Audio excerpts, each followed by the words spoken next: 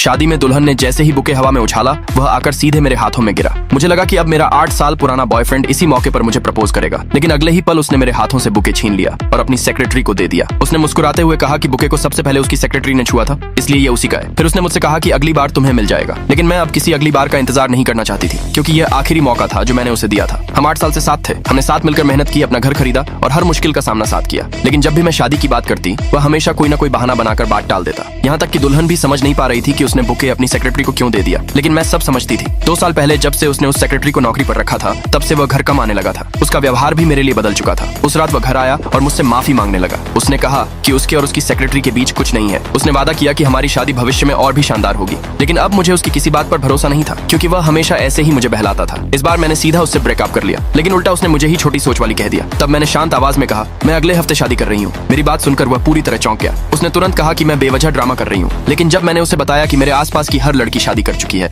और अब सिर्फ मैं ही अकेली बची हूँ, तब वह चुप हो गया। उसी समय उसकी सेक्रेटरी का फोन आया और वह तुरंत उठकर जाने लगा। जाते जाते भी उसने यही कहा, मैं अभी शादी नहीं करना चाहता, तुम चाहे जितना दबाव डालो, मैं शादी के लिए हाँ नहीं कहूंगा। उसने यह भी कहा कि वह कुछ समय के लिए घर छोड़कर जा रहा है। तभी मेरी नजर उसके कुछ जरूरी दस्तावेजों पर पड़ी, जो वह घर पर ही भूल गया था। मैं उन्हें उसके ऑफिस देने चली गई, लेकिन वहां पहुंचकर मैंने गलती से उसकी और उसके दोस्त की बातचीत सुन ली। तब मुझे पता चला उसने कभी मुझसे शादी करने का इरादा ही नहीं रखा था। उसी पल मुझे समझ आ गया कि ये पूरे 8 साल सिर्फ एक मजाक थे। मेरा दिल टूट गया, मेरी आंखों के सामने अंधेरा छा गया और मैं वहीं बेहोश होकर गिर पड़ी। जब मुझे होश आया तब 2 दिन बीत चुके थे, लेकिन वह मुझे देखने तक नहीं आया। उल्टा उसने कहा कि मैं बीमारी का नाटक करके उस पर शादी का दबाव डाल रही हूँ। उसके बाद मैंने तुरंत एक एजेंट से संपर्क किया और हमारा घर बेच दिया। 1 हफ्ते बाद मैंने शादी का जोड़ा पहना और अपनी नई जिंदगी शुरू करने के लिए तैयार हो गई। फिर भी उसे यकीन नहीं था कि मैं सच में किसी और से शादी कर सकती हूँ। उसके दोस्तों के जोर देने पर वह मजबूरी में मुझे लेने आने के लिए तैयार हुआ। उसने अपनी अलमारी से सूट निकाला और मन ही मन सोचने लगा कि मुझे उसे देखकर कितनी खुशी होगी। कुछ देर बाद वह अपने दोस्तों के साथ मेरे घर के नीचे पहुंच गया। जब मैं दुल्हन बनकर उसके सामने आई तो उसे लगा कि आखिरकार मैं उसी से शादी करने वाली हूँ। अगले भाग के लिए नीचे कमेंट में यस लिखे।